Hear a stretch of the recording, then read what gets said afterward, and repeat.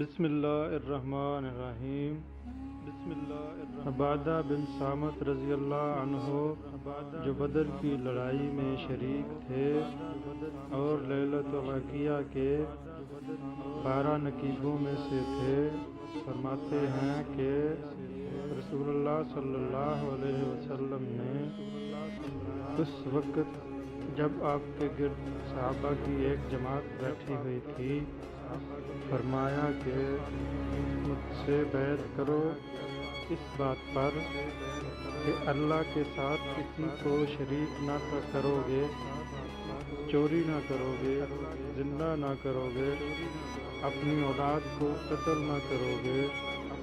اور نہ عمدن کسی پر کوئی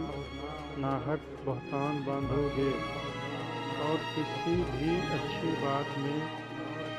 خدا کی نافرمانی نہ کرو گے۔ جو کوئی تم نے اس عہد کو پورا کرے گا تو اس کا ثواب اللہ کے ذمے ہے، اور جو کوئی ان بری باتوں میں سے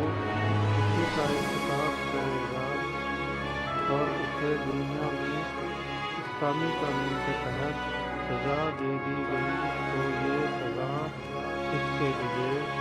گناہوں کے لیے بدلہ ہو جائے گی،